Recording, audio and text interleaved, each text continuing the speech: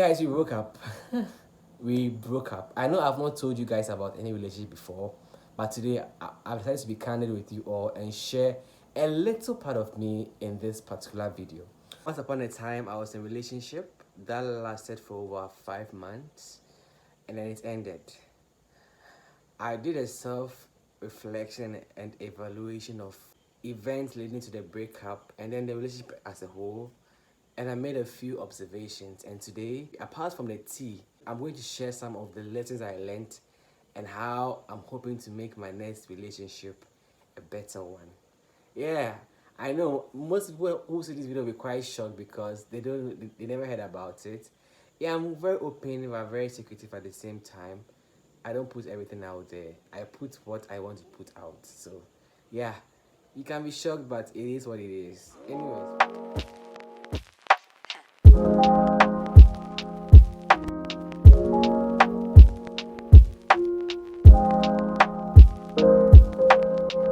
Hello, hi, I'm GB Salam and welcome to my channel.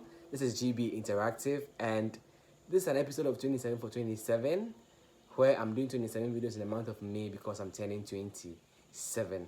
So as I was saying about the breakup, I'll get into that a little bit, but basically I believe that we didn't have an effective talking stage and everything was, rushed. We're not on the same page on many things. We started thinking a lot futuristic about things, making very, very big plans when we haven't even known if we're compatible or not. And I believe that from the beginning, the relationship was going to sink. I didn't see that early on because obviously the butterflies and all that were there, but butterflies are not enough. So I did a little, Googling about what talking stage is because I believe that that is the main issue about my failed relationship. They define talking stage as a period where two people who are romantically, interested in each other decide to get to know each other on a deeper level than friendship to help decide the next step. And I was wondering, how different is this from dating itself? Then another site also said that this stage can be defined as the dating stage but without all the societal pressures and expectation. And I was like, wow, that actually makes sense. In the definition, I saw friendship there and I was asking myself, do we have to be friends with the people that we decide to date? Like, does it have to begin on a friendship level before it moves to that relationship or romantic level? And I think no. I just only believe that friendship should be one of the core, foundation upon which any relationship is built. So even if you are meeting somebody and you don't know them on a friendship level, but you should decide to date them or go on a romantic journey with them, you should make sure that in the course of that journey you are still, related to each other on a friendship basis as well. Being friends with the person means that you can be able to say whatever you feel and not feel that you have to act up or you have to, perform for the person. You see how we can be very real with our friends. That is how you're supposed to be real with your partner.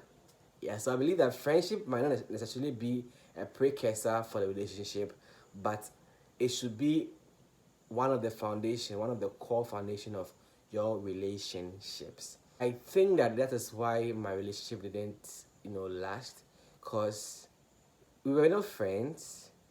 We started, talking, and quickly it jumped into dating, and I think that in the course of it, we were still not being friends. We were just being lovers. We were just being people who are dating each other. Because at that point, you've already started expecting so much from the other person. You've already started, planning a lot of big things, what we would do, and so on and so forth. And I believe that we should have probably just slowed down a little bit to get to know each other well, to know that we are all on the same page before we escalate things into a next level. So that's definitely ruined the relationship for me, I believe. I know if you should ask, you're going to get different opinions. So one of the things I realized from the relationship was that, like I've stated over and over again, that we're not, thinking alike in so many ways, but we both felt that relationships are supposed to be full of compromises, which is true, but I believe that you don't have to compromise on everything. You have to be careful on the things that you compromise on. You might end up losing more and more of yourself in trying to fit in trying to, act the perfect relationship. I also believe that instead of spending much time talking, we had already started dating, skipping many steps, going out on dates, just literally living from moment to moment. And you know how like for like it's so full of adrenaline, honeymoon stage, so you just want to do everything and anything at the same time. That is basically what it was. But like I said, we should have really slowed down on a lot of things. So when you're talking to somebody, it's very likely that you're not going to end up dating them. But I believe that for most of us, immediately the talking starts, we have psyched our minds that this is somebody that we're eventually going to date, or this is somebody that we are even dating. So when you're talking to somebody, you have an open mind that it's very possible that things might not go the way you wanted. You might end up not ending up together, which is also good because maybe your reasons might be very, very, very tangible. Um, you don't have to disclose it to anyone unless, of course, you want to do some checks to know the person, which I think that if you're a very smart person, you should be able to find who the people are from how they relate with you. Some people will say that people hide their true behaviors and whatever, but I think that if you're a smart person and an intentional person, you can really tell people from how you interact with them. Just make sure that you are pushing some buttons to know the true people behind the face that you are seeing. You have to be very certain about what you want and don't get caught up in the moment because, truth be told, when you meet somebody for the first time or they've been your friend for a long time and you decide to take it on a new level, it's a whole new experience. It can sometimes blind the best of us. You might find yourself tweaking all your plans just because you are very much into this person. And I mean, what's the guarantee that the things you feel now will linger? So make sure that you're very certain about what you want and don't get caught up in the moment. Even as your heart is saying something else, let your mind also be working in that moment. Like I've said also, know your values and what you stand for and go for someone who sees eye to eye on them. There's a mistake that people do where just because there's an initial attraction to someone and some of us see good in people, if you're close to me, you would know that I literally vibe with any and every person because I usually rather go for their humanity than what they are or what they are not. Because obviously, I'm not going to share space with everyone on a regular, but basic human decency tells me that I should just be kind to everyone. So I've made myself accessible to almost everyone, and that can sometimes be a, a negative thing when you go into a relationship with that same attitude, because it means that I think it is what it is. You will end up with anyone at all because you feel that anyone has good in them, which is true. But when it comes to relationships, when it comes to dating, make sure that you are not just after the people or their potential or what they can be. Also go for what they are. I don't know if that makes sense. Yes, we are all going for people who are usually obviously not fully baked, but let them bring something, for the process to go on. You get it? Let them bring the flour and the mixture for, the baking to go on. You get what I'm saying? Follow your feelings. Allow yourself to feel whatever you feel, but evaluate them. Sometimes your heart is speaking something else, but your gumption is talking to you on another thing. What am I trying to say? I have a quote that I always say to friends and loved ones that I think your feelings are valid and I'll not make them any little, I'll not belittle them because I believe that if it's crying that you want to cry, cry. If it's sad, if it's anger, express it, you know. because I believe that they are uh, genuine feelings that human beings feel. Don't feel guilty for them, but even as you feel those feelings, make sure that you are evaluating them. Because for my relation, at a point, I saw that this wasn't leading anywhere.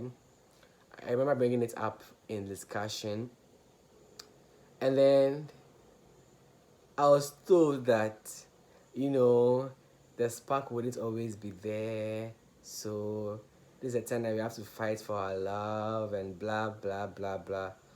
Which at the time made so much sense. Even with our family relationship and friendship relationships, there are times that we are not just in the vibe, we just can't, match up the energy. So you go back a little bit, but still be there, to make sure that when you come back, the relationship is still there. So it made so much sense. But in hindsight, I'm just asking myself, should I have followed my gut to end it when I felt that no, this wasn't going anywhere? That be yourself. One thing I did try, I believe, was to be the best of myself. Be consistent with who you are. Like, when you see me, what you see is what you get. So, be consistent in who you are so that when a relationship does not, last, at least they won't say that you sold a different picture to them. If from the beginning you've always been yourself, when a relationship ends, you are literally not going to be the bad person, in quotes. Yeah, that's another thing that I think we should take. Please don't go clamoring on each other's social media platforms. It's fun until it isn't. Imagine having, a beloved, a girlfriend, or for the girls, a boyfriend, and you are literally following each other on all social media platforms. You go to Snapchat, they are there. You go to Instagram, they are there. You go to Twitter, they are there. They're on your WhatsApp, they're on your Facebook. Like, Telegram, literally everywhere. Imagine a relationship breaking or ending.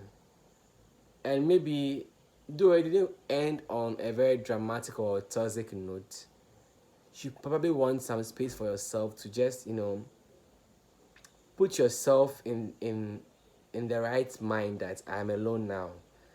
And then wherever you turn, you are seeing their shadows. You post a picture on your status, they are among the first people to see it. You post an IG story, they are the first to see it. Like, you are literally feeling hounded by her. It can really get crazy. So another thing I learned was that it's not necessary. Because at the end of the day, isn't just communication that has to be between the two of you? Fine. I'm an Instagram person. I post a lot there.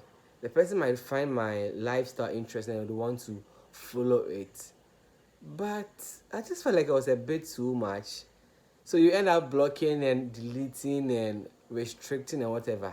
So I think that going forward, you should just keep a communication amongst yourself. All the stalking and linking up on every social media platform can sometimes be crazy. I've heard stories about people that took it too extreme, where they see somebody else comment under your picture and they are feeling insecure.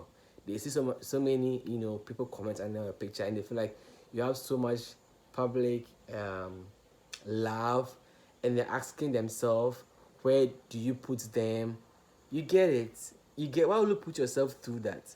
So I believe that it's just establish some primary form of communication where you can communicate with each other on a regular basis, and the rest should just be for your individual spaces. Because I think that I'm somebody that very much love my space, and so seeing you everywhere sometimes, even if you're not saying anything, just seeing you everywhere can sometimes be suffocating. Honestly, I'm sorry, but that's how I feel, and my feelings are valid. So, yeah, I won't go too much about the relationship. Yeah, you know about it, so there's no need coming to gist you about it or anything. That's the reason why it wasn't public, obviously. So I'm not going to tell you where we met and whatever. Maybe in future or something. But today I'm just sharing lessons that I've learned from the relationship, and hopefully my message is heard. What do you think? Share your thoughts with me. Have you had any situation like mine? Let's talk about the social media, stalking. Let's talk about talking stage. Let's talk about your dating. Share with me some of your experiences. Do you relate with me on any of the points I mentioned? Just interact with me. Thanks for watching. Subscribe if you haven't subscribed. Like, and anticipate more videos from 27 for 27. Bye.